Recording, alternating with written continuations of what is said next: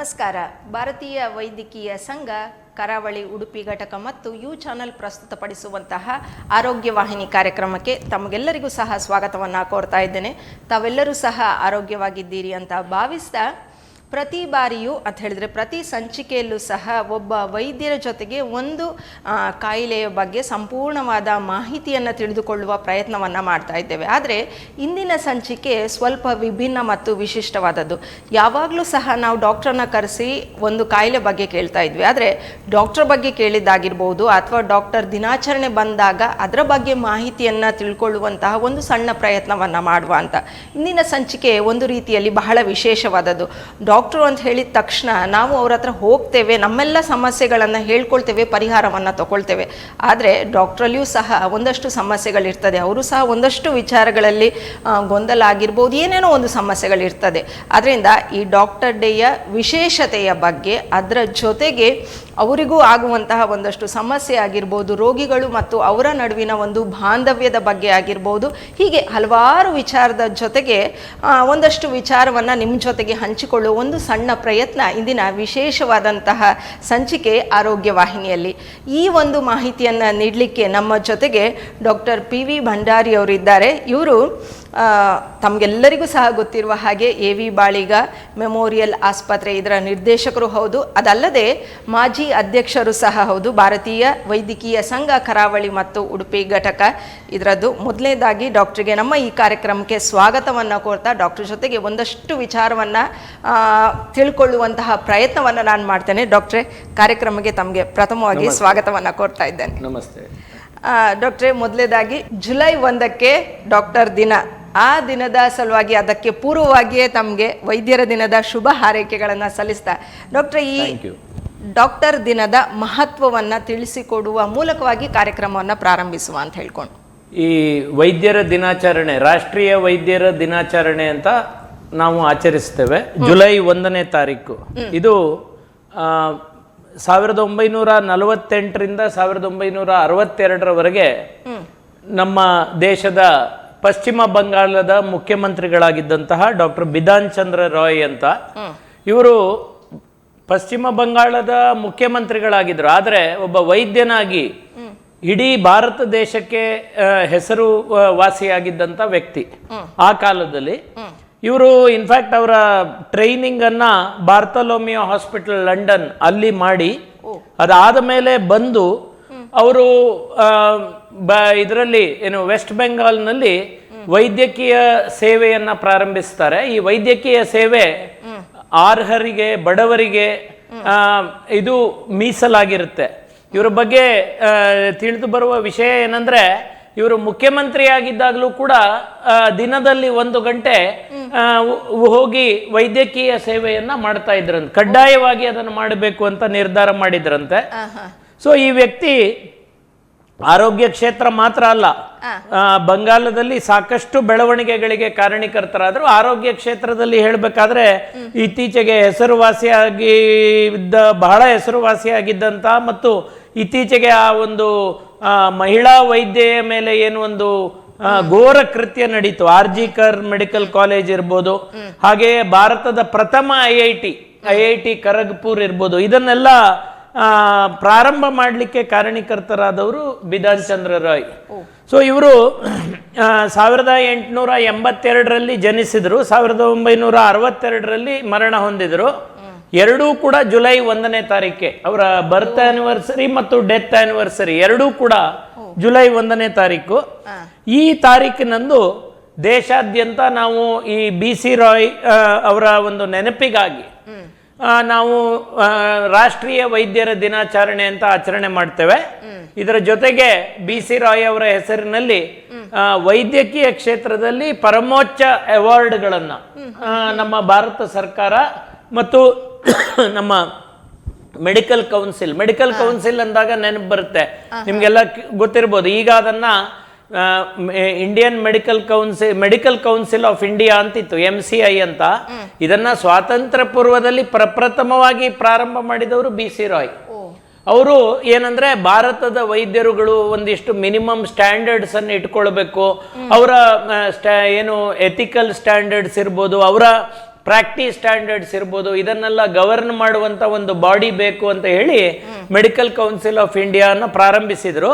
In fact ಅದು ಈಗ ಇತ್ತೀಚೆಗೆ ರೀಪ್ಲೇಸ್ ಆಗಿ ನ್ಯಾಷನಲ್ ಮೆಡಿಕಲ್ ಕಮಿಷನ್ ಅಂತ ಏನು ಹೊಸದಾಗಿ ಬಂದಿದೆ.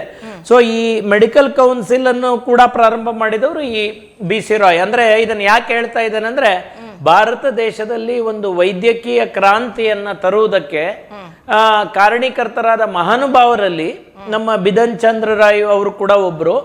ಸೊ ಅವರ ಒಂದು ಹಲವಾರು ಒಳ್ಳೆಯ ಒಂದು ದೂರದೃಷ್ಟಿಯ ಕಾರಣದಿಂದ ಇವತ್ತು ಭಾರತೀಯ ವೈದ್ಯಕೀಯ ಸೇವೆ ವಿಶ್ವಾದ್ಯಂತ ಪ್ರಸಿದ್ಧವಾಗಿದೆ. ಇವತ್ತು ನೀವು ಅಮೆರಿಕ ದೇಶದಲ್ಲಿರ್ಬೋದು, ಇಂಗ್ಲೆಂಡ್ನ ನ್ಯಾಷನಲ್ ಹೆಲ್ತ್ ಸರ್ವಿಸ್ ಇರ್ಬೋದು, ಹೋಗಿ ನೋಡಿದ್ರೆ ಅತ್ಯಂತ ಹೆಚ್ಚು ವಿದೇಶಿ ವೈದ್ಯರು ಯಾರು ಅಂದ್ರೆ ನಮ್ಮ ಭಾರತೀಯರು.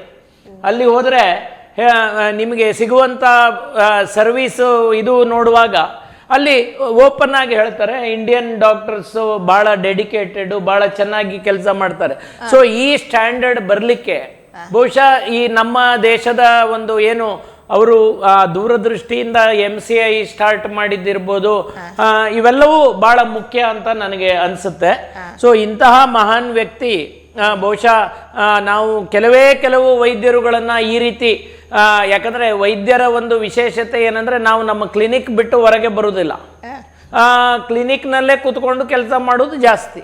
ಅಂಥದ್ರಲ್ಲಿ ಕೆಲವು ಹೆಸರುವಾಸಿಯಾದ ದೇಶದಲ್ಲಿ ಬಹುಶಃ ಬಿಧಾನ್ ಚಂದ್ರ ರಾಯ್ ಅವರಿರ್ಬೋದು, AV ಬಾಳಿಗರ್ ಇರ್ಬೋದು, ನಮ್ಮ VS ಆಚಾರ್ಯ ಅವರಿರ್ಬೋದು, ಈ ಥರ ಕೆಲವು ವೈದ್ಯರುಗಳು ಒಂದು ಹೆಸರು ಮಾಡಿ ಏನು ಮತ್ತು ಸಮಾಜದಲ್ಲಿ ಹಲವಾರು ಬದಲಾವಣೆಗಳಿಗೆ ಕಾರಣೀಕರ್ತರಾದ ವೈದ್ಯರುಗಳು ಅಂತ ಹೇಳಿದ್ರೆ ಅದರಲ್ಲಿ BC ರಾಯ್ ಮೊದಲಿಗರು ಅಂತ ಹೇಳಲಿಕ್ಕೆ ಇಷ್ಟಪಡ್ತಾನೆ. ವೀಕ್ಷಕರೇ, ಇಷ್ಟು ದಿವಸ ನಮಗೆ ಏನು ವೈದ್ಯರ ದಿನಾಚರಣೆ ದಿವಸ ನಮಗೆ ಯಾರು ಔಷಧವನ್ನು ನೀಡ್ತಾರೆ ಅವರಿಗೆ ಒಂದು ಶುಭ ಹಾರೈಕೆಯನ್ನು ನೀಡ್ತಾ ಇದ್ವಿ, ಹೇಳ್ತಾ ಇದ್ವಿ. ಆದರೆ ಅದಕ್ಕೂ ಸಹ ಒಂದು ಹಿನ್ನೆಲೆ ಅಥವಾ ಅದಕ್ಕೆ ಇರುವಂತಹ ಒಂದು ಇತಿಹಾಸ ಆಗಿರ್ಬೋದು. ಅದನ್ನು ತಿಳ್ಕೊಂಡಾಗ ನಿಜವಾಗಿಯೂ ಸಹ ಆ ದಿನವನ್ನು ನಾವು ಪರಿಪೂರ್ಣವಾಗಿ ಆಚರಿಸಿದಾಗೆ ಆಗ್ತದೆ ಅಂತ. ಬಹುಶಃ ಇವತ್ತು ಆ ಒಂದು ಕೆಲಸ ಆಯಿತು ಅಂತ. ಅದರ ಹಿಂದಿರುವಂತಹ ವ್ಯಕ್ತಿಯ ಬಗ್ಗೆ ಸಂಪೂರ್ಣವಾದ ಮಾಹಿತಿಯನ್ನು ಡಾಕ್ಟ್ರು ನಮಗೆ ನೀಡಿದರು. ಡಾಕ್ಟ್ರೇ, ಇನ್ನೊಂದು ಪ್ರಶ್ನೆ ಅಂತ ಹೇಳಿದ್ರೆ, ಮೊದಲು ಮತ್ತೆ ಈಗ ವೈದ್ಯರು ಮತ್ತು ರೋಗಿಯ ನಡುವಿನ ಸಂಬಂಧ ಅಂತ ಹೇಳೋದು ಹೇಗುಂಟು, ಬದಲಾಗಿದೆ ಅಂತ ಹೇಳೋದು ಗೊತ್ತಿರುವ ವಿಚಾರ. ಈ ಬದಲಾವಣೆಗೆ ಏನು ಕಾರಣ ಅಂತ? ನೀವೊಂದು ಬಹಳ ಪ್ರಮುಖವಾದ ಕ್ವೆಶ್ಚನ್ ಅನ್ನು ಕೇಳಿದಿರಿ. ಏನಂದ್ರೆ, ಈಗ ವೈದ್ಯ ಮತ್ತು ರೋಗಿಯ ಸಂಬಂಧ ಏನಾಗ್ತಾ ಇದೆ, ಇದು ನಮ್ಮ ಸಾಕಷ್ಟು ಚೇಂಜಸ್ ಆಗ್ತಾ ಇದೆ. ನಾನೇ ನೋಡಿದಾಗೆ, ನಾನು ಈಗ ವೈದ್ಯನಾಗಿ ಸಾಧಾರಣ 27 ವರ್ಷ ಆಯ್ತು. ಈ 27-28 ವರ್ಷಗಳಲ್ಲಿ ಬದಲಾವಣೆಗಳು ಸಾಕಷ್ಟು ಆಗಿದೆ. ಈ ಬದಲಾವಣೆಗಳಿಗೆ ಕಾರಣ ಏನು ಅಂತ ಯೋಚನೆ ಮಾಡುವಾಗ ಮೊದಲನೇದಾಗಿ ಹೇಳ್ತೀನಿ, ಯಾವತ್ತು ಈ ರೋಗಿ ಮತ್ತು ವೈದ್ಯ ಒಂದು ಕನ್ಸ್ಯೂಮರ್ ಮತ್ತು ಸೆಲ್ಲರ್ ಅನ್ನುವಂತ ಒಂದು ಇದಕ್ಕೆ ಬಂತು, ಆವಾಗಿಂದಲೇ ಕೆಲವು ಬದಲಾವಣೆಗಳು ಪ್ರಾರಂಭ ಆಗಿದೆ. ಈ ನಮ್ಮ ಕನ್ಸ್ಯೂಮರ್ ಪ್ರೊಟೆಕ್ಷನ್ ಆಕ್ಟ್ ಅಂಡರ್ ವೈದ್ಯರನ್ನ ತಂದ ಮೇಲೆ ನನಗನ್ಸೋದು, ಇದಕ್ಕೆ ನಿಮ್ಗೊಂದು ಸಿಂಪಲ್ ಎಕ್ಸಾಂಪಲ್ ಕೊಡ್ತೇನೆ. ಇವತ್ತು ವೈದ್ಯರ ಮೇಲೆ ಏನು ಕೇಸಸ್ ಜಾಸ್ತಿ ಆಗ್ತಾ ಇದೆ. ಸೊ ನೀವು ಇದನ್ನ 2 ತರ ಉಲ್ಲೇಖ ಮಾಡಬಹುದು, ಇದರ ಅರ್ಥೈಸ್ಕೊಳ್ಬಹುದು. ಒಂದು, ರೋಗಿಗಳ ಅವೇರ್ನೆಸ್ ಜಾಸ್ತಿ ಆಗ್ತಾ ಇದೆ, ಇಲ್ಲ ವೈದ್ಯರುಗಳು ಅಲ್ಲಿ ಅವರ ಸೇವಾ ಮನೋಭಾವ ಕಡಿಮೆ ಆಗ್ತಾ ಇದೆ. ಇದನ್ನು ಸರಿಯಾಗಿ ನೀವು ಯೋಚನೆ ಮಾಡಿದ್ರೆ, ಒಂದು ಅವೇರ್ನೆಸ್ ಜಾಸ್ತಿ ಆಗ್ತಾ ಇದೆ ನನಗನ್ನಿಸೋದು. ಏನಂದ್ರೆ ಅವೇರ್ನೆಸ್, ಸಣ್ಣ ಸಣ್ಣ ವಿಷಯಗಳಿಗೂ ಕೂಡ ರೋಗಿಗಳು ಈಗ ಪ್ರಶ್ನೆಗಳನ್ನು ಕೇಳ್ತಾರೆ. ಎಸ್ಪೆಷಲಿ ಈಗ ಗೂಗಲ್ ಡಾಕ್ಟರ್ ಬಂದ ಮೇಲೆ ಅನ್ಸೆನ್ಸರ್ಡ್ ಇನ್ಫಾರ್ಮೇಶನ್ ಸಿಗುತ್ತೆ ಅವರಿಗೆ. ನಾನು ನನ್ನ ಚೇಂಬರ್ ಮುಂದೆ ಆಕ್ಚುಲಿ ಒಂದು ಸಣ್ಣ ಫಲಕ ಹಾಕಿದ್ದೀನಿ. ಏನಂದ್ರೆ ಅದರ ಅರ್ಥ ಹೇಳ್ಬಿಡ್ತೇನೆ, ತುಂಬಾ ದೊಡ್ಡ ಇದು ಇದೆ. ಏನಂದ್ರೆ, ಇವರು ಹೋಗಿ ರಸ್ತೆ ಮೇಲೆ ಪಾನಿಪುರಿ ತಿಂತಾರೆ, ಇನ್ನೆಲ್ಲೋ ಹೋಗಿ ಬೀಚ್ ಸೈಡ್ ನಲ್ಲಿ ಹೋಗಿ ಫಿಶ್ ಫ್ರೈ ತಿಂತಾರೆ. ಅಲ್ಲಿ ಯಾರು ಸೈಡ್ ಇಫೆಕ್ಟ್ ಬಗ್ಗೆ ಯೋಚನೆ ಮಾಡೋದಿಲ್ಲ.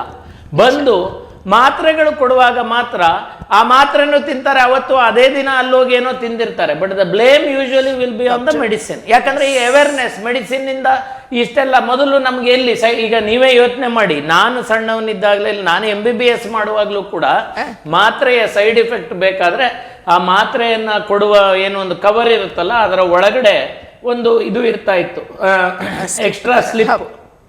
ಅದರಲ್ಲಿ ಸೂಕ್ಷ್ಮವಾಗಿ ನೋಡ್ಬೇಕು. ನಾನು MBBS ಸ್ಟೂಡೆಂಟ್ ಆಗಿದ್ದಾಗ ನನಗೆ ಈಗಲೂ ನೆನಪಿದೆ, ನನ್ನ ಫ್ರೆಂಡ್ ಒಬ್ಬನಿಗೆ ಅವಾಗ ಈ ಸಿಪ್ರೋಫ್ಲಾಕ್ಸಿಸಿನ್ ಅನ್ನುವಂಥ ಮಾತ್ರೆ ಜಸ್ಟ್ ಬಂದಿತ್ತು ನಾನು MBBS ಮಾಡುವಂಥ ಸಂದರ್ಭದಲ್ಲಿ 90 to 96 ಈ ಪೀರಿಯಡ್ನಲ್ಲಿ. I think it must be 92 or 93 ciprofloxacin ಇಂಡಿಯಾದಲ್ಲಿ ಬಹಳ ಕಾಸ್ಟ್ಲಿ ಅವಾಗ ಅದು. ಇನ್ಫ್ಯಾಕ್ಟ್ ನಮಗೆ ಟೀಚರ್ ಆಗಿದ್ದಂತ ಡಾಕ್ಟರ್ ಸದಾಶಿವಪ್ಪ ಅಂತ ಅವರು 5 ಮಾತ್ರೆ ಸ್ಯಾಂಪಲ್ ಕೊಟ್ಟಿದ್ರು. ಯಾಕಂದ್ರೆ 10 ಮಾತ್ರೆ ತಗೊಳ್ಳಿಕ್ಕೆ ಹೇಳಿದ್ರು, ಅದರಲ್ಲಿ 5 ಮಾತ್ರೆ ಅಂದ್ರೆ ಒಂದೊಂದು ಮಾತ್ರೆಗೆ ಆ ಟೈಮ್ನಲ್ಲೇ ಒಂದು 200-300 ರೂಪಾಯಿ ಇತ್ತು. ಇದು ಆವಾಗ ಅದರದ್ದು ಸೈಡ್ ಎಫೆಕ್ಟ್ಸ್ ನಾವು ನೋಡೋದಕ್ಕೆ ನಮಗೆ ಬಹಳ ಕುತೂಹಲ. ಯಾಕಂದ್ರೆ ನಾವು ವೈದ್ಯಕೀಯ ವಿದ್ಯಾರ್ಥಿ ಅಲ್ಲ, ಅದನ್ನು ನೋಡ್ಲಿಕ್ಕೆ ಅದನ್ನು ಕೇಳಲಿಕ್ಕೆ ಅವ್ರ ಹತ್ರ ಭಯ. ಯಾಕಂದ್ರೆ ಈ ಸೈಡ್ ಎಫೆಕ್ಟ್ ಅಂದ ಕೂಡಲೇ ನಾವು ವೈದ್ಯರು ನಮ್ದು ತಪ್ಪಿದೆ, ಯಾರಾದ್ರೂ ಸೈಡ್ ಎಫೆಕ್ಟ್ ಅಂದ ಕೂಡಲೇ ಉರ್ಕೊಂಡ್ ಬಿಡ್ತೇವೆ. ನಾವು ಹೆಂಗಪ್ಪ ಕೇಳೋದು?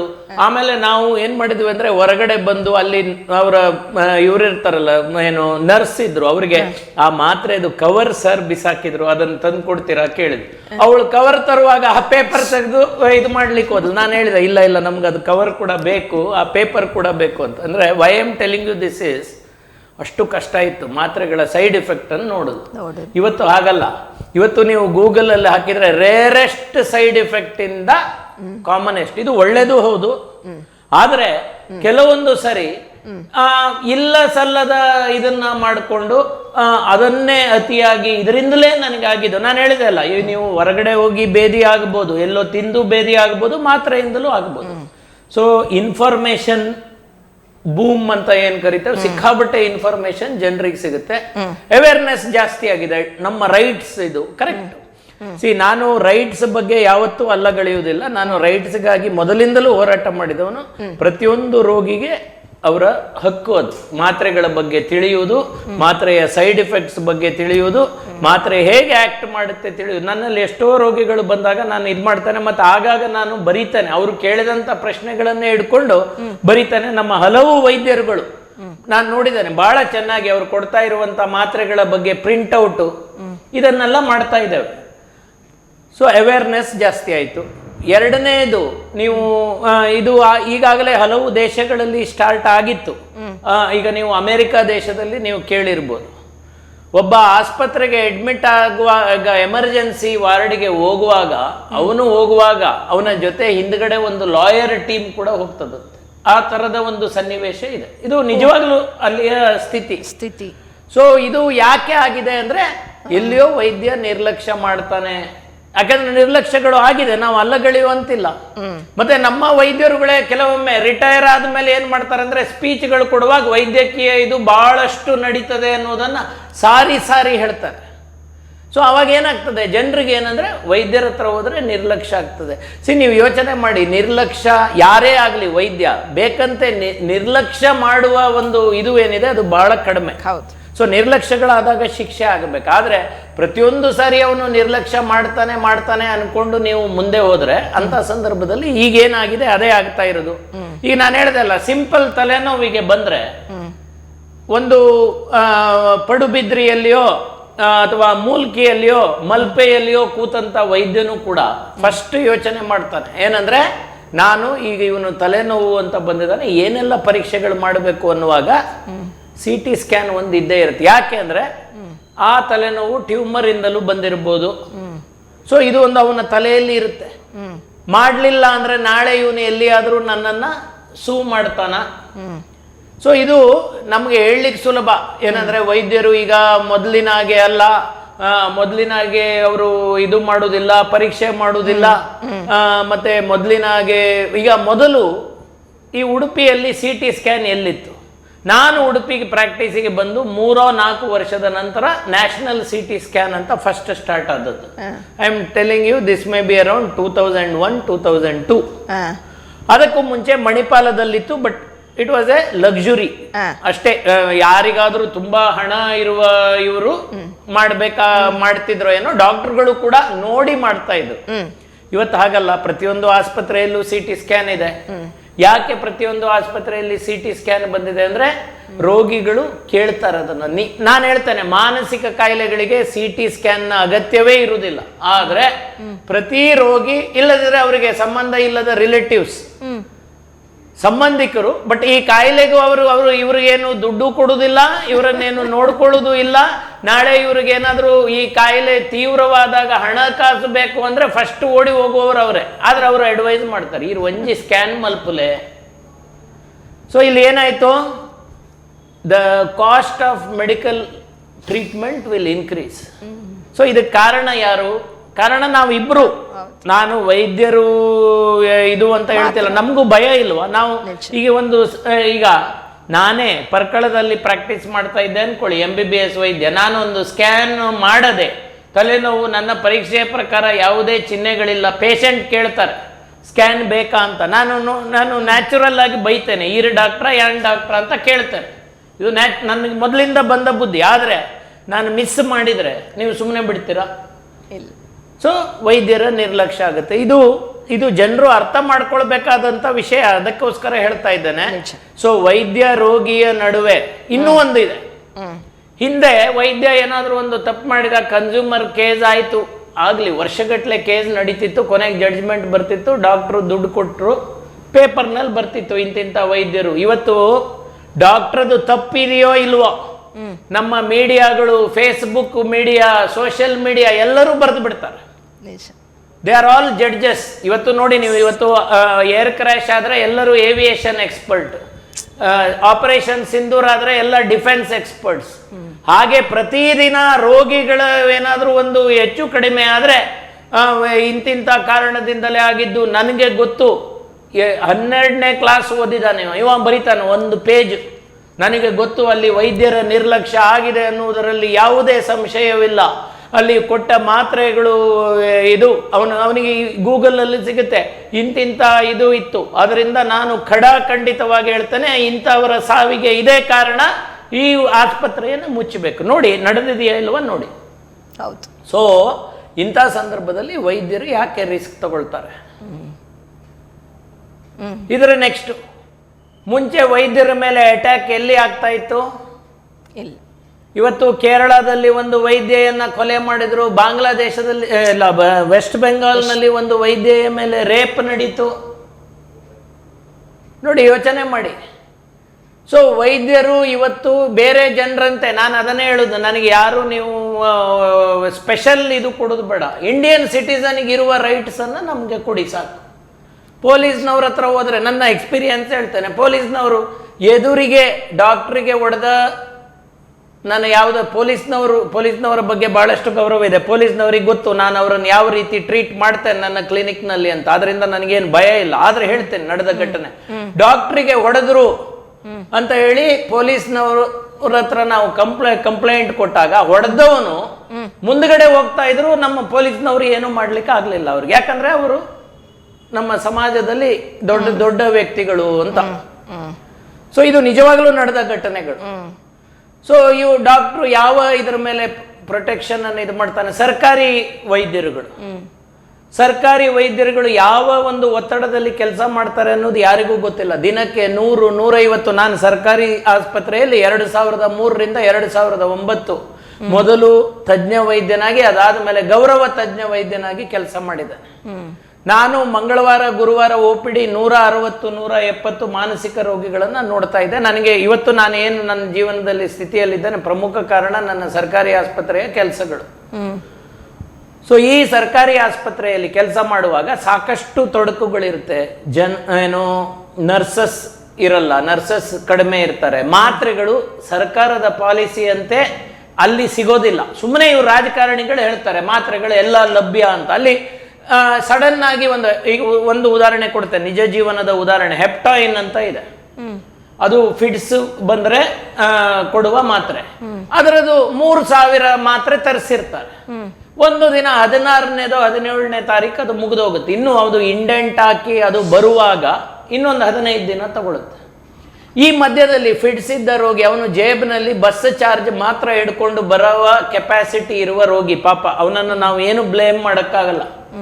ಇವನು ಬಂದು ಇಲ್ಲಿ ಮಾತ್ರೆ ಇಲ್ಲ ನಾನು ಹೊರಗೆ ಬರೆದು ಕೊಡ್ತೇನೆ ಅಂದ್ರೆ, ಇವನು ಬಿಟ್ರೆ ಅವನಿಗೆ ಫಿಟ್ಸ್ ಬರುತ್ತೆ, ಆಮೇಲೆ ಅವನ ಆಸ್ಪತ್ರೆಗೆ ಖರ್ಚು ಮಾಡೋದು ಬೇರೆ, ತಗೊಳ್ಳಿಕ್ಕೆ ಅವನ ಹತ್ರ ದುಡ್ಡಿಲ್ಲ.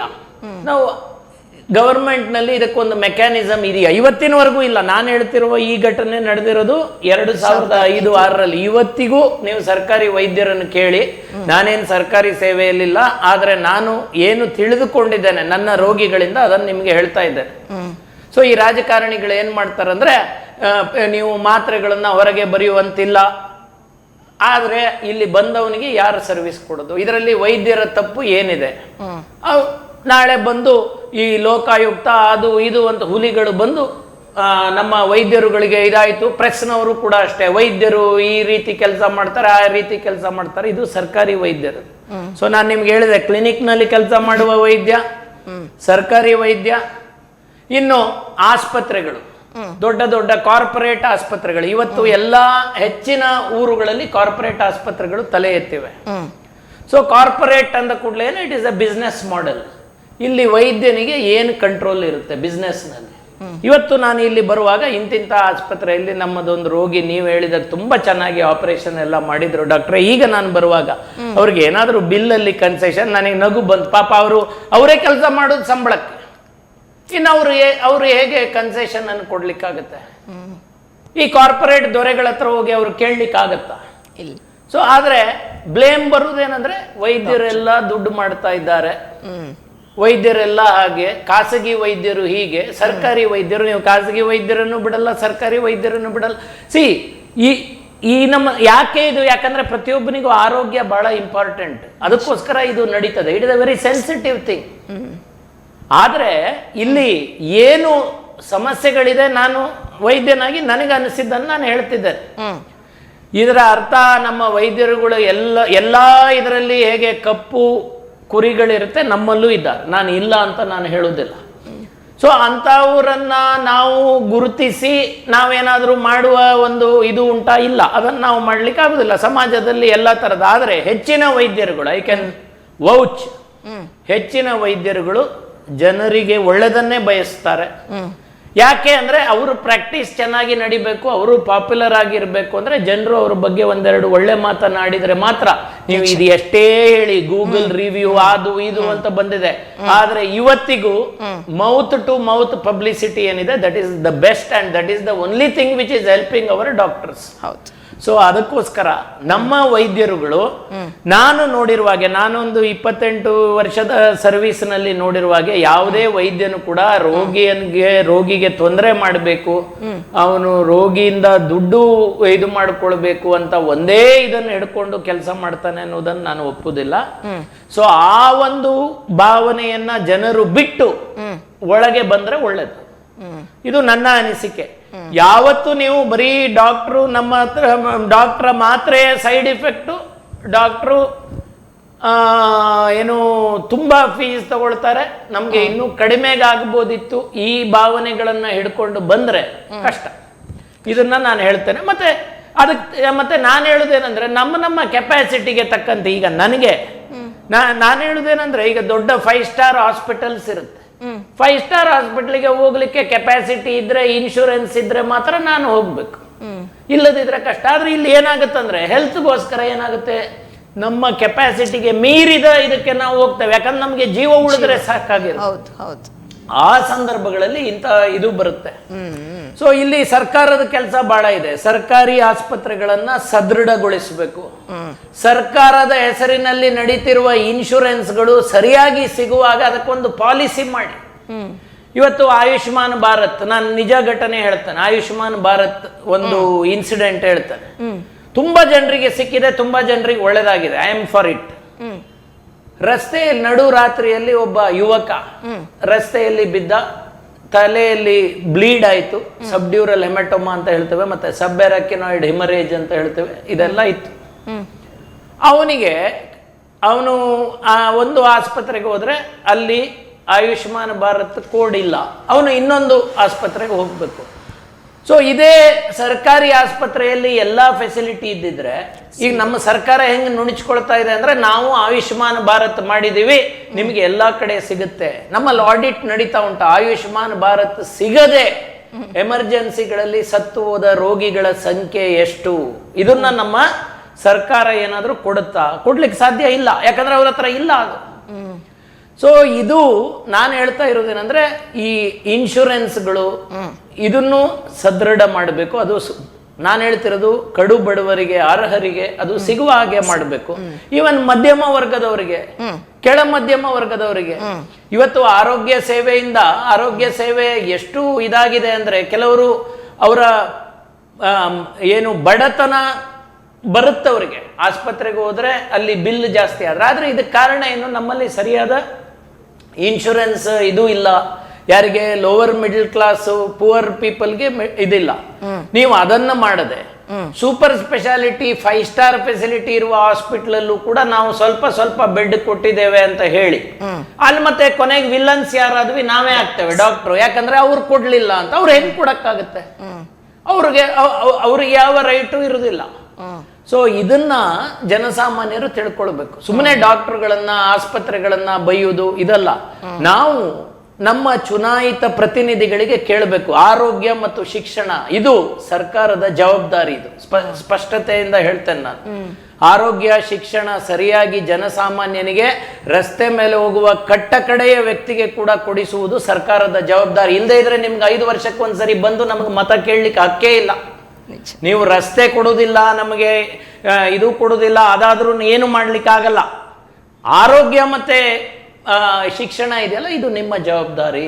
ಸೊ ಇದನ್ನ ಯಾವತ್ತು ಜನಸಾಮಾನ್ಯ ವೈದ್ಯರನ್ನ ಪ್ರಶ್ನೆ ಮಾಡುವ ಬದಲು ರಾಜಕಾರಣಿಗಳನ್ನ, ಅಧಿಕಾರಿಗಳನ್ನ ಪ್ರಶ್ನೆ ಮಾಡ್ತಾನೆ, ಆ ದಿನ ಬಹುಶಃ ಈ ವೈದ್ಯ ಮತ್ತು ರೋಗಿಯ ಸಂಬಂಧಗಳ ಬಗ್ಗೆ ನಮ್ಮ ಏನು ಮಾತುಗಳು ಬೇರೆನೆ ಆಗಬಹುದು. ಯಾಕಂದ್ರೆ ವೈದ್ಯರಿಗೆ ಕೆಲಸ ಮಾಡ್ಲಿಕ್ಕೆ ಸರಿಯಾದ ವಾತಾವರಣ ಕೊಡಿ, ವೈದ್ಯರ ಕೆಲಸಗಳನ್ನ ಗಮನಿಸಿ. ಇವತ್ತು ನಾನು ಅದೇ ಹೇಳಿದಲ್ಲ, ದೇಶ ವಿದೇಶಗಳಲ್ಲಿ ಭಾರತದಲ್ಲಿ ಟ್ರೈನ್ಡ್ ವೈದ್ಯರುಗಳಿಗೆ ಅಷ್ಟು ಬೆಲೆ ಇದೆ, ನಮ್ಮ ದೇಶದಲ್ಲೇ ಇಲ್ಲ. ನಮ್ಮ ದೇಶದಲ್ಲಿ ಎಷ್ಟು ಲಾಂಗ್ ವರ್ಕಿಂಗ್ ಅವರ್ಸ್, ದಿನಕ್ಕೆ 13-14 ಗಂಟೆ ಮಿನಿಮಮ್ ಕೆಲಸ ಮಾಡ್ತೇವೆ. ದಿನಕ್ಕೆ ಇದರ ಜೊತೆಗೆ ರೆಸ್ಟ್ ಇಲ್ಲ.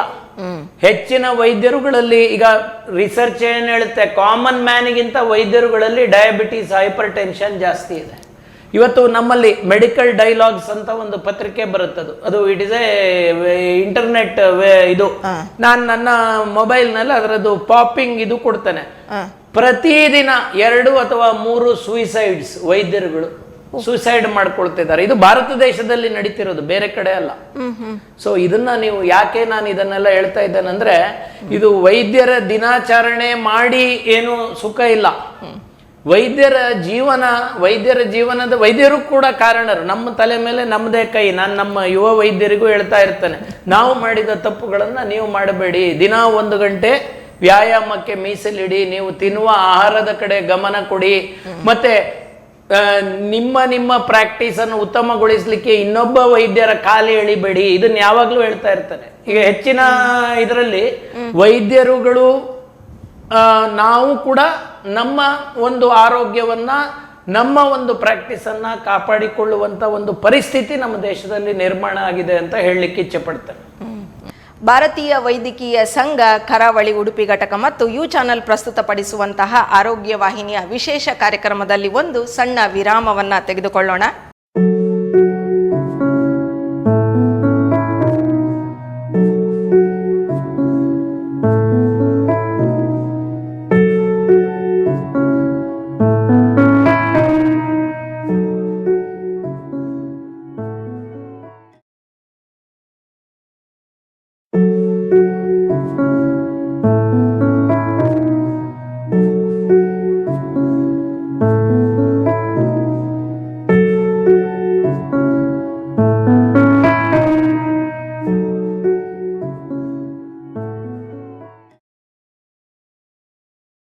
ವಿರಾಮದ ನಂತರ ಮತ್ತೊಮ್ಮೆ ಡಾಕ್ಟರ್ಗೆ ಕಾರ್ಯಕ್ರಮಕ್ಕೆ ಸ್ವಾಗತವನ್ನ ಕೋರ್ತಾ ಒಂದಷ್ಟು ಪ್ರಶ್ನೆಗಳಿಗೆ ಉತ್ತರವನ್ನ ಹುಡುಕುವ ಪ್ರಯತ್ನವನ್ನ ಮಾಡುವ.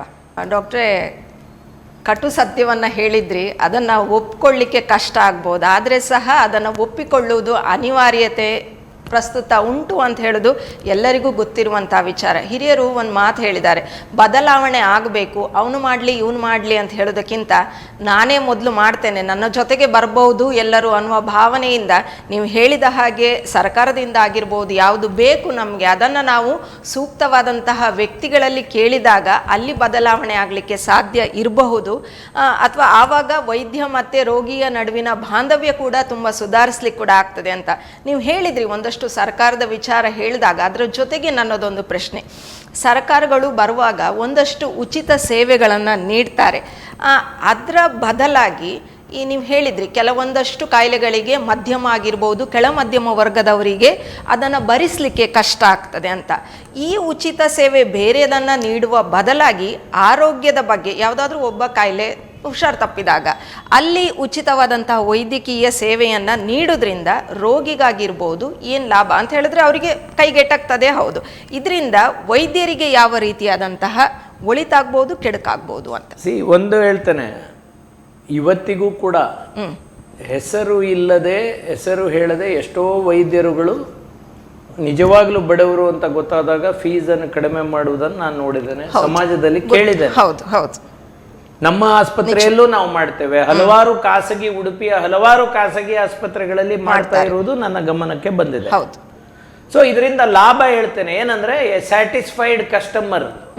ಓಕೆ, ಈಗ ಅವನು ನಿಜವಾಗ್ಲೂ ಬಡವ, ಅವನಿಗೆ ಹಣ ಕೊಡ್ಲಿಕ್ಕೆ ಆಗ್ಲಿಲ್ಲ ಅಂದಾಗ ಅವನು ಸಹಾಯ ಪಡೆದು 100 ಜನರಿಗೆ ಹೋಗಿ ಹೇಳ್ತಾನೆ ನನ್ಗೆ ಅಲ್ಲಿಂದ ಸಹಾಯ ಆಯ್ತು ಅಂತ. ಒಂದು. ಎರಡನೇದು, ಈ ಉಚಿತ ಚಿಕಿತ್ಸೆ, ಈಗ ನಮ್ಮ ಈ ಕಾನ್ಸೆಪ್ಟ್ ಆಫ್ ಮೆಡಿಕಲ್ ಕಾಲೇಜಸ್ ಬಂದದ್ದೇ ಹಾಗೆ, ಪ್ರೈವೇಟ್ ಮೆಡಿಕಲ್ ಕಾಲೇಜಸ್ ಬಂದದ್ದೇ ಹಾಗೆ. ಬಹುಶಃ ಭಾರತ ದೇಶದಲ್ಲಿ ಪ್ರಪ್ರಥಮ ಖಾಸಗಿ ಕಾಲೇಜ್ ಸ್ಟಾರ್ಟ್ ಆದದ್ದು ಮಣಿಪಾಲದಲ್ಲಿ. ಈ ಕಾಲೇಜ್ಗಳು ಉಚಿತ ಸೇವೆಯನ್ನ ಕೊಡುವಾಗ ಬಡವರಿಗೆ ಅಲ್ಲಿ ಏನಾಗ್ತದೆ, ಅಲ್ಲಿ ಕಲೀಲಿಕ್ಕೆ ಬಂದಂತ ವಿದ್ಯಾರ್ಥಿಗಳಿಗೆ ಹೆಚ್ಚು ಕೇಸಸ್ ಸಿಗುತ್ತೆ. ಕೇಸಸ್ ಸಿಕ್ಕಾಗ ಅವರ ಕಲಿಕೆ ಉತ್ತಮಗೊಳ್ಳುತ್ತೆ. ಅದು ಕೂಡ ನಮಗೆ ಬೆನಿಫಿಟ್ ಅಲ್ಲ. ಈಗ ಇವತ್ತು ವೈದ್ಯಕೀಯ ಕಾಲೇಜುಗಳನ್ನ ನೋಡಿದರೆ, ಹೊಸದಾಗಿ ಬಂದ ವೈದ್ಯಕೀಯ ಕಾಲೇಜುಗಳನ್ನ ನೋಡಿದರೆ ಹೆಚ್ಚಿನವುಗಳಲ್ಲಿ ಎಷ್ಟು ಡಾಕ್ಟರ್ ಇದ್ದಾರೋ ಅಷ್ಟೇ ಪೇಷಂಟ್ಸ್ ಇದ್ದಾರೆ. ಇದನ್ನು ನಾನು ಸ್ಪಷ್ಟವಾಗಿ ಹೇಳ್ತೇನೆ, ನನಗೆ ಮತ್ತೆ ಯಾವ ಹೆದರಿಕೆಯೂ ಇಲ್ಲ. And it is the truth. ಇವತ್ತು ವೈದ್ಯಕೀಯ ಶಿಕ್ಷಣ ಏನು ಒಂದು ನಾವು ಎಲ್ಲಿ ಬಂದಿದ್ದೇವೆ ಅಂದ್ರೆ, ಖಂಡಿತವಾಗಿಯೂ ನಾವು ಸರಿಯಾಗಿ ಆತ್ಮಾವಲೋಕನ ಮಾಡಿಕೊಂಡ್ರೆ, ಇವತ್ತು ಸರ್ಕಾರ ಹೇಳುತ್ತೆ 320 ಪ್ರೈವೇಟ್ ಕಾಲೇಜುಗಳಿದೆ, 398 ಸರ್ಕಾರಿ ಕಾಲೇಜುಗಳಿದೆ. ಇದರಲ್ಲಿ 1,17,981 ಸೀಟ್ ಇದೆ. ಇದು ನಾನು ಹೇಳ್ತಿರೋದಲ್ಲ, ದೇಶದ ಗೃಹ ಮಂತ್ರಿ ಅಮಿತ್ ಶಾ ಬೆಂಗಳೂರಿನಲ್ಲಿ 2 ದಿನದ ಹಿಂದೆ ಕೊಟ್ಟಂತ ಸ್ಟೇಟ್ಮೆಂಟ್ ಅನ್ನು ಹಿಡ್ಕೊಂಡು ಬಂದಿದೆ. ಇವತ್ತು ಈ 320 ಪ್ರೈವೇಟ್ ಕಾಲೇಜುಗಳ ಸ್ಟ್ಯಾಂಡರ್ಡ್ಸ್ ಅನ್ನ ನಾವು ಎಷ್ಟರ ಮಟ್ಟಿಗೆ ನಾವು ಇದನ್ನ ಕ್ವೆಶ್ಚನ್ ಮಾಡಲೇಬೇಕು.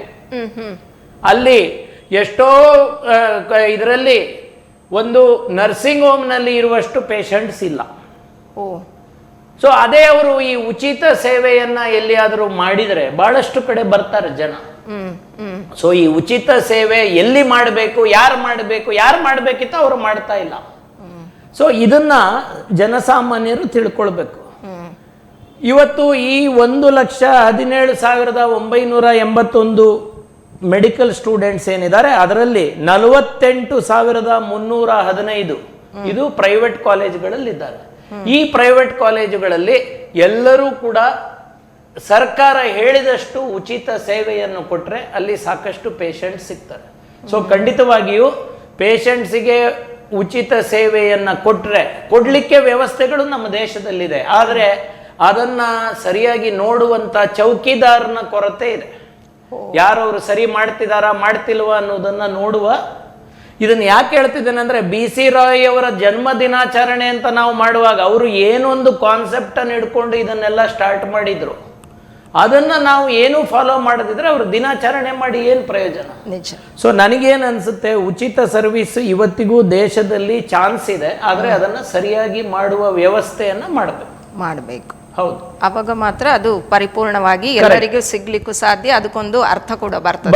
ಅದರ ಜೊತೆಗೆ ಸರ್ಕಾರಿ ಆಸ್ಪತ್ರೆಗಳು, ಉಡುಪಿ ಜಿಲ್ಲಾ ಆಸ್ಪತ್ರೆಯನ್ನು ತಗೊಳ್ಳಿ, 160 ಬೆಡ್ಡಿನ ತಾಲೂಕು ಆಸ್ಪತ್ರೆ ಇತ್ತು. 125 bed, sorry, stand to be corrected, 125. 2000ದಲ್ಲಿ ಉಡುಪಿಯ ಅಜ್ಜರ್ಕಾಡ್ ಆಸ್ಪತ್ರೆ ಜಿಲ್ಲಾ ಆಸ್ಪತ್ರೆ ಆಯಿತು. ಉಡುಪಿಯ ಜಿಲ್ಲಾಧಿಕಾರಿ ಕಚೇರಿ ಎಲ್ಲಿತ್ತು, ಅದು ಹೇಗಿತ್ತು, ಅದು ಈಗ ತಾಲೂಕು ಕಚೇರಿ ಆಗಿದೆ. ಹಳೆಯ ಜಿಲ್ಲಾಧಿಕಾರಿ ಕಚೇರಿ ಇವತ್ತು ತಾಲೂಕು ಕಚೇರಿ ಆಗಿದೆ. ಜಿಲ್ಲಾಧಿಕಾರಿಗಳ ಕಚೇರಿಗಳ ಸಂಕೀರ್ಣ ಬಂದಿದೆ. SP ಕಚೇರಿಯ ಸಂಕೀರ್ಣ ಬಂದಿದೆ. ಈ ದರಿದ್ರ ನಾರಾಯಣರು, ನಮ್ಮ ಬಡ ಜನರು, ಸಾಮಾನ್ಯ ಜನರು ಹೋಗುವ ಜಿಲ್ಲಾ ಆಸ್ಪತ್ರೆ ಅದೇ ಇದೆ. 4 ವರ್ಷಗಳಿಂದ ರಿನೋವೇಷನ್ ಆಗ್ತಾ ಇದೆ. ಇನ್ನು ಇವತ್ತಿಗೂ ಓಪನ್ ಆಗಿಲ್ಲ. ಪ್ರತಿ ತಿಂಗಳು ಇನ್ನು ನಾಳೆ ಇನಾಗ್ರೇಟ್ ಆಗುತ್ತೆ, ನಾಡಿದ್ದು ಇನಾಗ್ರೇಟ್ ಆಗುತ್ತೆ. ಯಾರಾದರೂ ಪ್ರಶ್ನೆ ಮಾಡ್ತಾರ ಇವರನ್ನ?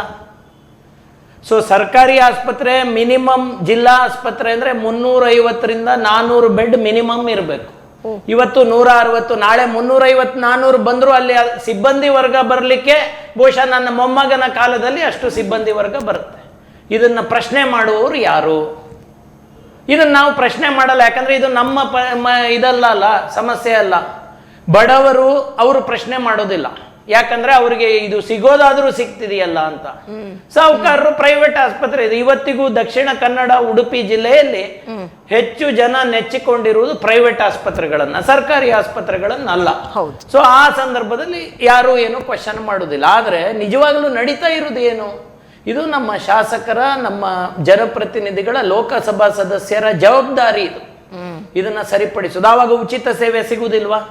ಸೊ ಸರ್ಕಾರಿ ವೈದ್ಯಕೀಯ ಕಾಲೇಜುಗಳು, ಪ್ರೈವೇಟ್ ವೈದ್ಯಕೀಯ ಕಾಲೇಜುಗಳಲ್ಲಿ ಕಾನೂನಿನಂತೆ ಏನು ಫ್ರೀ ಸರ್ವಿಸ್ ಸಿಗಬೇಕು ಅದನ್ನ ಇದು ಮಾಡುವಂಥದ್ದು, ಪ್ಲಸ್ ಸರ್ಕಾರಿ ಆಸ್ಪತ್ರೆಗಳನ್ನ ಸದೃಢಗೊಳಿಸಿದ್ರೆ ನಮಗೆ ಉಚಿತ ಚಿಕಿತ್ಸೆಗೆ ಯಾವುದೇ ಕೊರತೆ ಇಲ್ಲ.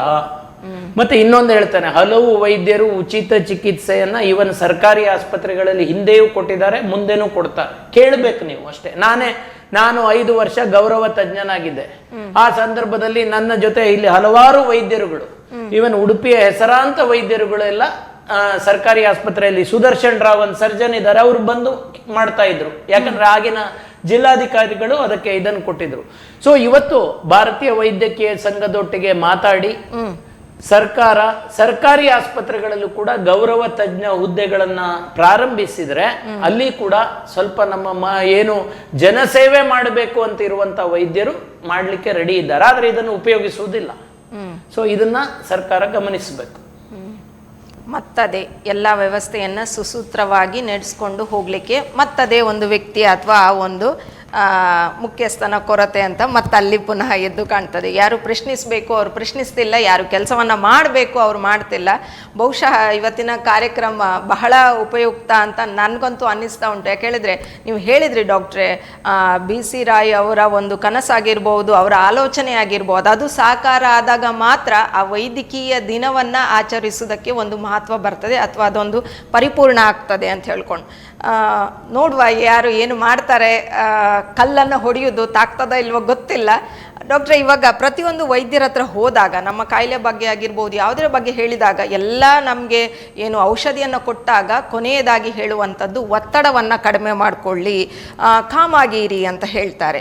ಆ ಕಾಮಾಗಿರಿ, ಒತ್ತಡ ಕಡಿಮೆ ಮಾಡಿಕೊಳ್ಳಿ ಅಂತ ಹೇಳುವ ಡಾಕ್ಟರ್ಗೆ ಎಷ್ಟು ಒತ್ತಡ ಇರ್ತದೆ, ಆ ಒತ್ತಡವನ್ನು ನಿವಾರಿಸ್ಕೊಳ್ಳಿಕ್ಕೆ ಡಾಕ್ಟ್ರು ಏನು ಮಾಡ್ತಾರೆ, ಅದಕ್ಕೆ ರೋಗಿಗಳು ಹೇಗೆ ಸಹಕಾರವನ್ನು ಡಾಕ್ಟ್ರಿಗೆ ಮಾಡಬೇಕು ಅಂತ. ಯಾಕೆಳಿದ್ರೆ ನಮ್ಮಲ್ಲಿರುವ ಕಾಯಿಲೆಯನ್ನು ಕಳೀಲಿಕ್ಕೆ ಅಥವಾ ಹೋಗ್ಲಾಡಿಸ್ಲಿಕ್ಕೆ ನಾವು ವೈದ್ಯರ ಬಳಿಗೆ ಹೋಗ್ತೇವೆ. ವೈದ್ಯರಿಗೂ ಸಹ ಒಂದಷ್ಟು ಸಮಸ್ಯೆಗಳಿರ್ತದೆ, ಅದಕ್ಕೂ ಸಹ ನಾವು ಕೂಡ ಸ್ಪಂದಿಸಬೇಕು. ಅದರಿಂದ ರೋಗಿಗಳು ಏನು ಮಾಡಬೇಕು ಅಥವಾ ಡಾಕ್ಟ್ರು ಏನು ಮಾಡ್ತಾರೆ ಅವರ ಒತ್ತಡ ನಿವಾರಣೆಗೆ? ನೋಡಿ, ಇದಕ್ಕೆ ನಾನು ಒಂದು ದೊಡ್ಡ ಲಿಸ್ಟೇ ಮಾಡಿದ್ದೇನೆ.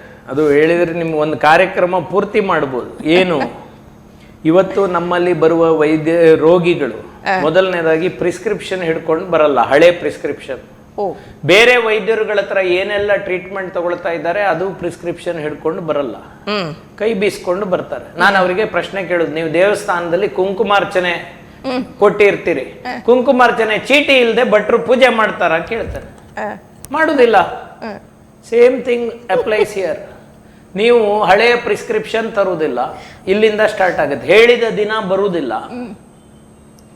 ಸುಮ್ಮನೆ ವೈದ್ಯರಿಗೆ ಫೋನ್ ಮಾಡ್ತೀರಾ, ನೀವು ಇದ್ದೀರಾ ಅಂತ. ನನಗೆ ಇದ್ದೀರಾ ಅಂತ ಕೇಳುವಾಗ ಬಹಳ ಸಿಟ್ಟು ಬರುತ್ತೆ, ಇನ್ನು ಸತ್ತಿಲ್ಲ ಅಂತ ಹೇಳುವ ಅಂತ ಅನಿಸುತ್ತೆ. ಇದಕ್ಕೆ ಫೋನ್ ಮಾಡ್ತಾರೆ, ನಮ್ಗೆ ವೈದ್ಯರು ಪರಿಚಯ ಅಂತ ಹೇಳಿ ಫೋನ್ ಮಾಡ್ತಾರೆ. ಆಮೇಲೆ ಬಂದ ಮೇಲೆ ನಾನೇ ಹೋಗ್ಬೇಕು, ನನಗೆ ಡಾಕ್ಟ್ರು ಭಾಳ ಫ್ರೆಂಡು.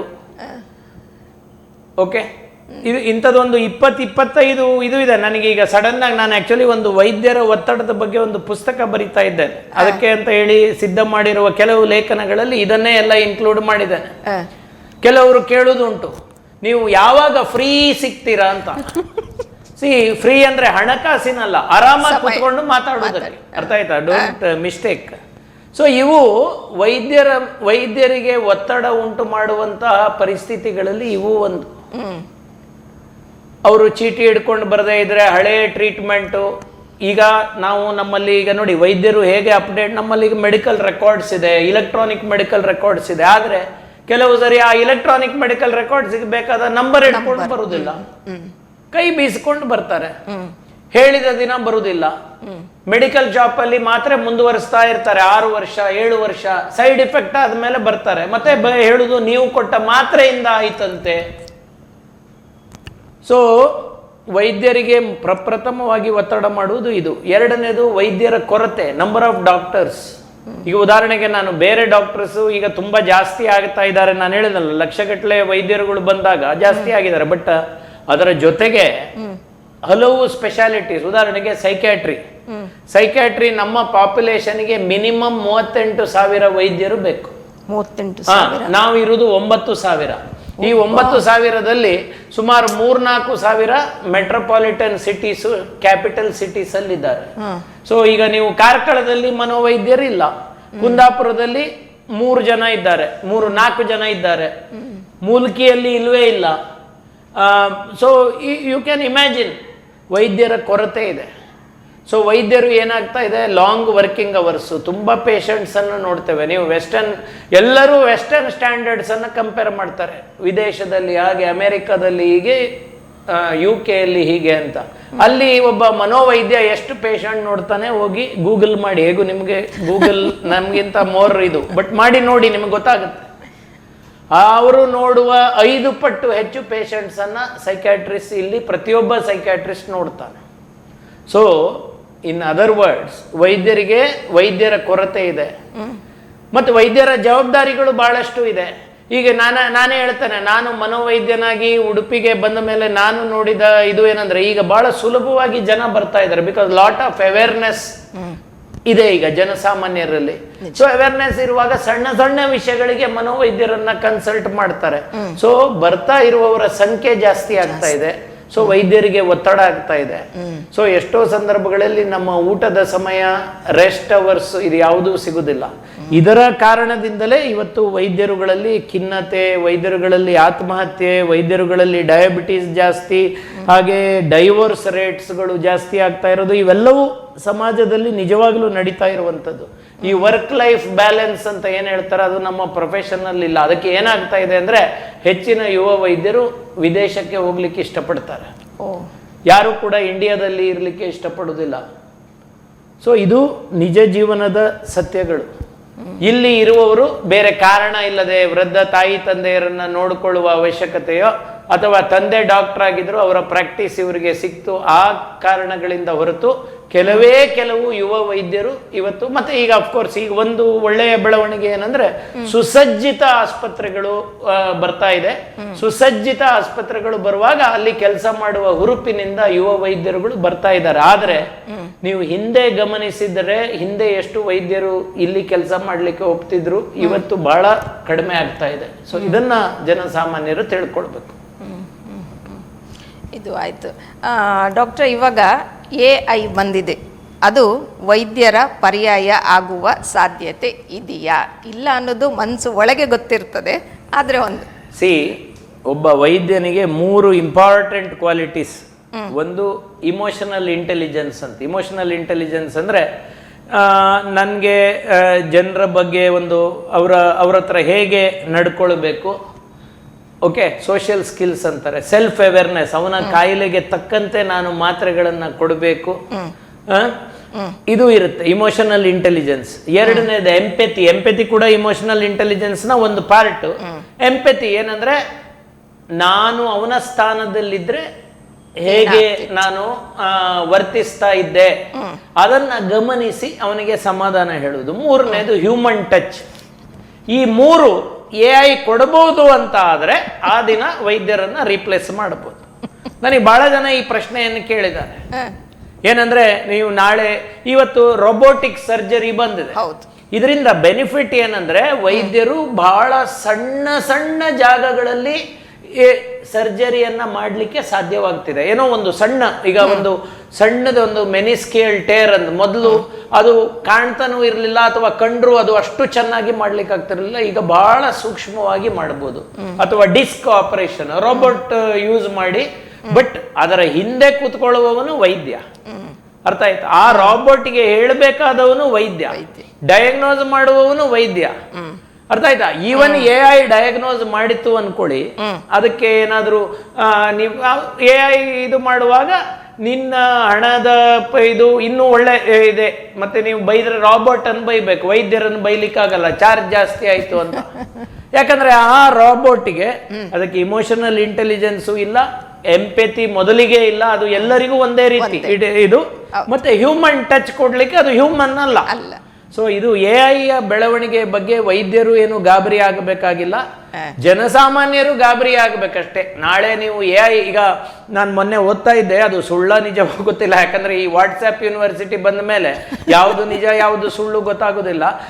ಚೈನಾ ದೇಶದಲ್ಲಿ ಬರೀ AI ಇದು ಇರುವಂತ ವೈದ್ಯರುಗಳ ಆಸ್ಪತ್ರೆಯನ್ನ ಮಾಡಿದ್ದಾರೆ ಅಂತ ಹೇಳಿದ್ರು. ನನಗೆ ಅದಕ್ಕೆ ಆಕ್ಚುಲಿ ಪುರಾವೆಗಳು ಸಿಗ್ಲಿಲ್ಲ, ಸ್ಪಷ್ಟ ಪುರಾವೆಗಳು ಸಿಗ್ಲಿಲ್ಲ. ಆದ್ರೆ ನನ್ನ ಒಂದು ಅನಿಸಿಕೆ ಏನಂದ್ರೆ AI ಮತ್ತು AI ವೈದ್ಯರನ್ನ ಇನ್ನೂ ಬಹಳ ಮೈನ್ಯೂಟ್ ವಿಷಯಗಳನ್ನ ದಾಖಲಿಸಿ ಕಂಡು ಹಿಡಿದು ಇದು ಮಾಡ್ಲಿಕ್ಕೆ ಸಹಾಯ ಮಾಡಬಹುದು. ಉದಾಹರಣೆಗೆ ನನಗೇನೆ ಇವತ್ತು ಒಂದು ರೋಗಿ ಬರ್ತಾನೆ ನನ್ನ ಹತ್ರ ಅವನದು 20 ವರ್ಷದ ರೆಕಾರ್ಡ್ ಇರುತ್ತೆ, ಅವನು ಯಾವ್ಯಾವ ಮಾತ್ರೆಗಳಲ್ಲಿದ್ದ. ಈಗ ಅವನಿಗೆ ಈ ಮಾತ್ರೆ ಸೈಡ್ ಎಫೆಕ್ಟ್ ಬಂದ್ರೆ, ಹಿಂದೆ ಆದ್ರೆ ನಾನು ಆ ಮಾತ್ರೆ ತಗೊಳ್ಳ ಈ ಮಾತ್ರೆ ತಗೊಳ್ಳ ಅದೆಲ್ಲ ಮಾಡ್ಬೇಕಿತ್ತು. ಈಗ ನಾನು ಏನು ಮಾಡ್ಬೇಕಾಗಿಲ್ಲ, ಅವನ ರೆಕಾರ್ಡ್ಸ್ ಎಲ್ಲ ಇದ್ರೆ AI ನಲ್ಲಿ ಇದು ಮಾಡಿದ್ರೆ ಅದು ಸಂಸ್ಕರಿಸಿ ನನಗೊಂದು ಲಿಸ್ಟ್ ಕೊಡುತ್ತೆ, ನೀನು ಇಂತಿಂಥ ಔಷಧಿಗಳನ್ನ ಕೊಡ್ಬೋದು. ಇದನ್ನು ನಾನು ಸ್ವತಃ ನಾನು ಉಪಯೋಗಿಸಿ ನೋಡಿದ್ದೇನೆ. And it gives you some insight, then you can decide. ಅದು ಏನು ಮಾಡುತ್ತೆ, ದಿನಕ್ಕೆ 300 ರೂಪಾಯಿ ಇರುವ ಮಾತ್ರೆಯನ್ನು ಸಜೆಸ್ಟ್ ಮಾಡುತ್ತೆ, ದಿನಕ್ಕೆ 5 ರೂಪಾಯಿ ಇರುವ ಮಾತ್ರೆಯನ್ನು ಸಜೆಸ್ಟ್ ಮಾಡುತ್ತೆ.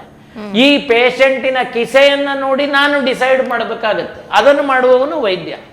So AI can not replace A doctor.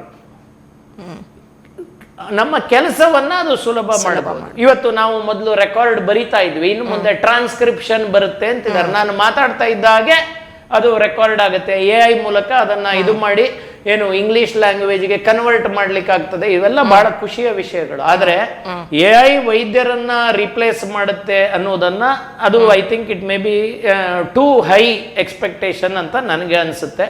But anyway it is in the early stages. AI ತಂತ್ರಜ್ಞಾನವನ್ನ ನಾನು ಕೂಡ ಇಷ್ಟಪಟ್ಟಿದ್ದೇನೆ.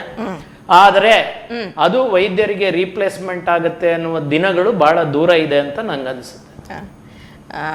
ಭಾಳ ಜನರ ಮನಸ್ಸಲ್ಲಿ ಅದೊಂದು ಪ್ರಶ್ನೆ ಇದ್ದಿರ್ಬೋದು, ಅದಕ್ಕೆ ಡಾಕ್ಟ್ರು ಸರಿಯಾದ ಉತ್ತರವನ್ನು ನೀಡಿದ್ರು. ಬಹುಶಃ ತಾಯಿ ಮಗುವಿನ ಸಂಬಂಧ ಇದ್ದ ಹಾಗೆ ವೈದ್ಯರು ಮತ್ತು ರೋಗಿಯ ನಡುವಿನ ಸಂಬಂಧ ಇರ್ತದೆ ಅಂತ ಭಾವಿಸ್ತಾ, ಡಾಕ್ಟ್ರೆ ಈಗ ನೀವು ಮಾತಾಡುವಾಗ ಹೇಳಿದ್ರಿ ಕೆಲವೊಂದಷ್ಟು ವಿಚಾರವನ್ನು, ಆದರೂ ಕೂಡ ಈ ವೈದ್ಯಕೀಯ ನಿರ್ಲಕ್ಷ್ಯ ಪ್ರಕರಣಗಳು ಕೆಲವೊಮ್ಮೆ ನಡೀತದೆ, ಅದ್ರ ಬಗ್ಗೆ ಹೇಳಿದ್ರಿ. ಇನ್ನೂ ಸ್ವಲ್ಪ ವಿವರವಾಗಿ ಹೇಳೋದಾದ್ರೆ ಅದಕ್ಕೆ ಕಾರಣಗಳು ಏನಿರಬಹುದು, ಏನು ಪರಿಹಾರವನ್ನು ನೀಡಬಹುದು ಅಂತ ಹೇಳಿದ್ರೆ.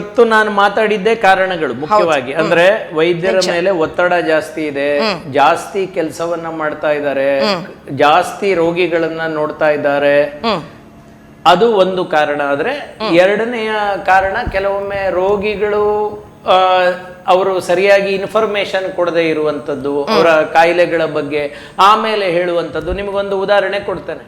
ಯಾವುದೋ ಒಂದು ರೋಗಿಗೆ ಎಲ್ಲೋ ಒಂದು ಕಡೆ, ಇದು ನಿಜವಾಗ್ಲೂ ನಡೆದ ಘಟನೆ, ಅವನಿಗೆ ಹಾರ್ಟ್ ಡಿಸೀಸ್ ಇದೆ ಅಂತ ಹೇಳಿ ಅವರ ಏನು ಈ CT ಆಂಜಿಯೋಗ್ರಾಮ್ ಅನ್ನು ಮಾಡಿ ಅವನಿಗೆ ಗೊತ್ತಿದೆ.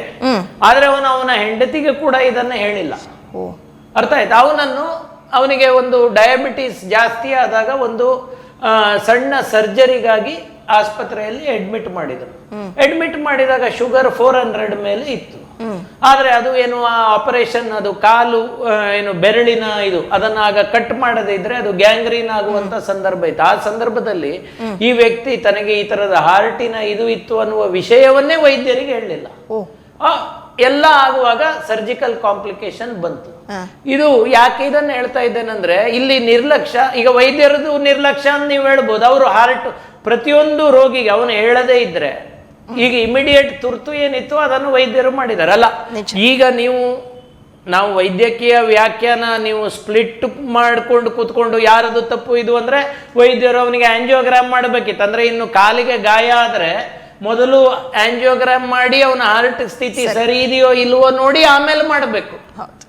ಸೊ ಇದನ್ನೆಲ್ಲ ಸ್ವಲ್ಪ ಯೋಚನೆ ಮಾಡಿ. ಅಂದ್ರೆ ಎಲ್ಲವೂ ಇದೇ ತರ ಆಗ್ತಿದೆ ಅಂತ ನಾನು ಹೇಳ್ತಿಲ್ಲ, ಆದ್ರೆ ನಾನು ಇವತ್ತು ವೈದ್ಯರ ದಿನಾಚರಣೆ ದಿನ ನಾನು ವೈದ್ಯರನ್ನ ರೆಪ್ರೆಸೆಂಟ್ ಮಾಡುವಾಗ ನನ್ನ ಇದನ್ನು ನಿಮ್ಗೆ ಹೇಳ್ತಿದ್ದೇನೆ. ನೀವು ಹೇಳ್ಬೋದು, ನೀವು ನಾಳೆ 1000 ಹೇಳ್ಬೋದು. ವೈದ್ಯರು ಈಗ ನನ್ಗೆ ಯಾರೋ ಒಂದಿನ ಹೇಳಿದ್ರು, ಕುಡಿದು ಬಂದು ಮಾಡಿದ್ರು, ಕುಡಿದು ಬಂದು ಡ್ರೈವ್ ಮಾಡ್ತಾರೆ, ಕುಡಿದು ಬಂದು ಇದು ಮಾಡ್ತಾರೆ, ಹಾಗೆ ಇವರು. ಸೊ ಅಂಥವ್ರು ಬೆರಳೆಣಿಕೆಯ ಜನ. ಅಂಥ ನಿರ್ಲಕ್ಷ್ಯಗಳನ್ನು ನಾವು ಟಾಲರೇಟೇ ಮಾಡಬಾರ್ದು. ಅಂಥ ನಿರ್ಲಕ್ಷ್ಯಗಳಲ್ಲಿ ವೈದ್ಯರಿಗೆ ನಮ್ಮ ಮೆಡಿಕಲ್ ಕೌನ್ಸಿಲ್ನಲ್ಲಿ ಅವರನ್ನು ತೆಗೆದು ಹೊರಗೆ ಹಾಕಬಹುದು. ಸೊ ಆ ನಿರ್ಲಕ್ಷ್ಯಗಳು ಬೇರೆ, ಈ ನಿರ್ಲಕ್ಷ್ಯಗಳು ಇದನ್ನು ಯೋಚನೆ ಮಾಡಿ ನೋಡಿ. ನೀವು ಸರಿಯಾದ ಮಾಹಿತಿಯನ್ನೇ ಕೊಡದಿದ್ರೆ, ಇನ್ನೊಂದು ಪೇಷಂಟು ಸರ್ಜರಿಗೆ ಬಂದಿದ್ದಾರೆ, ಅವರು ಫಿಡ್ಸ್ಗೆ ಮಾತ್ರೆ ತಗೊಳ್ತಾ ಇದ್ರು, ಅವರ ಮನೆಯವರಿಗೆ ಗೊತ್ತಿಲ್ಲ, ಮಾತ್ರೆ ತಗೊಳ್ತಾ ಇದ್ರು. ಹೆಣ್ಣು ಅವಳು ಮದುವೆ ಆಗಿ 3 ವರ್ಷ ಆಗಿದೆ, ಆಪರೇಷನ್ ಮಾತ್ರೆ ನಿಲ್ಲಿಸಿದ ದಿನ ಫಿಡ್ಸ್ ಬಂದಿದೆ, ಜೋರ್ ಫಿಡ್ಸ್. ಸೊ ನಾವು ಇದು ವೈದ್ಯರು ಕೇಳಬೇಕಿತ್ತು. ವೈದ್ಯರು ಕೇಳಿದ್ದಾರೆ, ನಿಂಗೇನಾದ್ರೂ ಮಾತ್ರೆ ಇತ್ತ? ಅವಳು ಗಂಡ ಇದ್ದ, ಹೇಳಲಿಲ್ಲ. ಇವೆಲ್ಲ ನಿಜವಾಗ್ಲೂ ನಡೆದ ಘಟನೆಗಳನ್ನ ನಿಮ್ಮ ಮುಂದೆ ಹೇಳ್ತಾ ಇದ್ದಾರೆ. ಸೊ ಇಂಥ ಸಂದರ್ಭಗಳಲ್ಲಿ ಇವನ್ನ ನೀವು ವೈದ್ಯಕೀಯ ನಿರ್ಲಕ್ಷ್ಯ, ವೈದ್ಯರು ಈ ರೀತಿ ಮಾಡಿದ್ರು ಆ ರೀತಿ ಮಾಡಿದ್ರು ಅಂತ ಹೇಳುವುದರಲ್ಲಿ ಎಷ್ಟು ಅರ್ಥ ಇದೆ. ಇನ್ನು ಕೆಲವೊಮ್ಮೆ ಬಾಣಂತಿಯರ ಸಾವು, ಪೋಸ್ಟ್ ಪಾರ್ಟಮ್ ಹಿಮರೇಜ್ ಅಂತ ಹೇಳ್ತೇವೆ. ಇದು it is one of the text book complications. ಇದನ್ನ ಆದ ಕೂಡಲೇ ಫೇಸ್ಬುಕ್ನಲ್ಲಿ 2,000 3,000 ಜನ ಶೇರ್ ಮಾಡಿದ್ರು. ಸೊ ಆ ವೈದ್ಯರು ಹೇಗೆ ಮುಂದೆ ಕೆಲಸ ಮಾಡ್ಲಿಕ್ಕಾಗುತ್ತೆ? See, it is a common complication. ಕೋರ್ಟಿನಲ್ಲಿ ಕೊನೆಗೆ ಪ್ರೂವ್ ಆಯಿತು. ಯಾವಾಗ 15-16 ವರ್ಷಗಳ ನಂತರ ಪ್ರೂವ್ ಆಗುತ್ತೆ, ಏನು ಇವ್ರದ್ದು ಏನು ತಪ್ಪಿಲ್ಲ, ಅದು ಕಾಮನ್. ಆದರೆ ಅಷ್ಟು 15 ವರ್ಷಗಳು ಈ ವೈದ್ಯೆಯ ಜೀವನವನ್ನು ಯಾರಾದರೂ ವಾಪಸ್ ಕೊಡ್ತಾರ? ಇದಕ್ಕೆ ನಮ್ಮಲ್ಲಿ ಪ್ರಶ್ನೆಗಳಿಗೆ ಉತ್ತರ ಇದೆಯಾ? ಇಲ್ಲ. ಇಲ್ಲಿ ಸರ್ಕಾರ ಮಾಡಬೇಕಾಗಿರೋದೇನು, ಅಂತಹ ಪೋಸ್ಟ್ಗಳನ್ನು ಹಾಕಿದಾಗ ದಾಖಲೆಗಳಿಲ್ಲದೆ, ವೈದ್ಯಕೀಯ ಪುರಾವೆಗಳಿಲ್ಲದೆ ಮಾಡುವವರಿಗೆ ಶಿಕ್ಷೆ ಆಗಬೇಕು. ಯಾಕೆ ಕೊಡಲ್ಲ? ಸೊ ಇಲ್ಲಿ ನಾವೇನು ಹೇಳ್ತೇವೆ, ನಮ್ಮ ರೈಟ್ ಮಾತಾಡುವುದು ನಮ್ಮ ರೈಟ್ ಅಂತ. ಲಂಚ ತಗೊಂಡ ಅಧಿಕಾರಿ, ಲಂಚ ತಗೊಂಡ ರಾಜಕಾರಣಿ ಕೋರ್ಟಿಗೆ ಹೋಗಿ ಇದನ್ನು ತರ್ತಾನೆ, ಸ್ಟೇ ತರ್ತಾನೆ, ನನ್ನ ಬಗ್ಗೆ ಬರೀಲಿಕ್ಕಿಲ್ಲ ಅಂತ. ಅದಕ್ಕೆ ನಿಮ್ಮ ಹತ್ರ ಸ್ಟೇ ಇದೆ. ಡಾಕ್ಟ್ರು ಒಂದು ಪಾಪ ಅವ್ರ ಪ್ರಾಕ್ಟೀಸೇ ಹೋಗುತ್ತೆ, ಅದಕ್ಕೆ ನಮ್ಮ ಹತ್ರ ಇದಿಲ್ಲ. So where is this? So ಸರಿಯಾಗಿ ಯೋಚನೆ ಮಾಡಿ. ನಾನು ಯಾವಾಗಲೂ ತಮಾಷೆಗೆ ಹೇಳಲಿಕ್ಕಿದೆ, ನಾವು ವೈದ್ಯರು ನೋಟ್ ಬ್ಯಾಂಕು ಅಲ್ಲ, ವೋಟ್ ಬ್ಯಾಂಕು ಅಲ್ಲ, ಅದರಿಂದಾಗಿ ನಮ್ಮನ್ನು ಯಾರು ಕೇರ್ ಮಾಡೋದಿಲ್ಲ ಅಂತ ಹೇಳ್ತೇನೆ ನಾನು. ಇದು ಸ್ಪಷ್ಟ.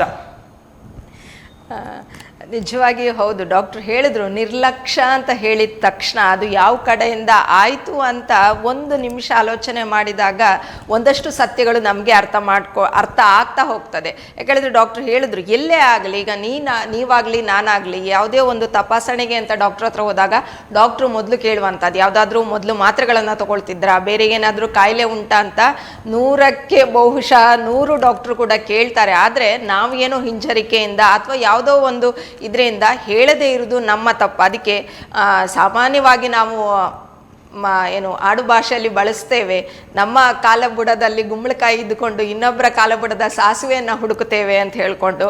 ಆ ಥರದ ತಪ್ಪು ಮಾಡೋದಕ್ಕಿಂತ ಮೊದಲು ನಮ್ಮ ಕಾಲಬುಡ ಸ್ವಚ್ಛವಾಗಿದ್ದಾಗ ಇನ್ನೊಬ್ಬರನ್ನ ಪ್ರಶ್ನಿಸುವಂತಹ ಅಧಿಕಾರ ನಮಗಿರ್ತದೆ ಅನ್ನೋದು ನನ್ನ ಭಾವನೆ.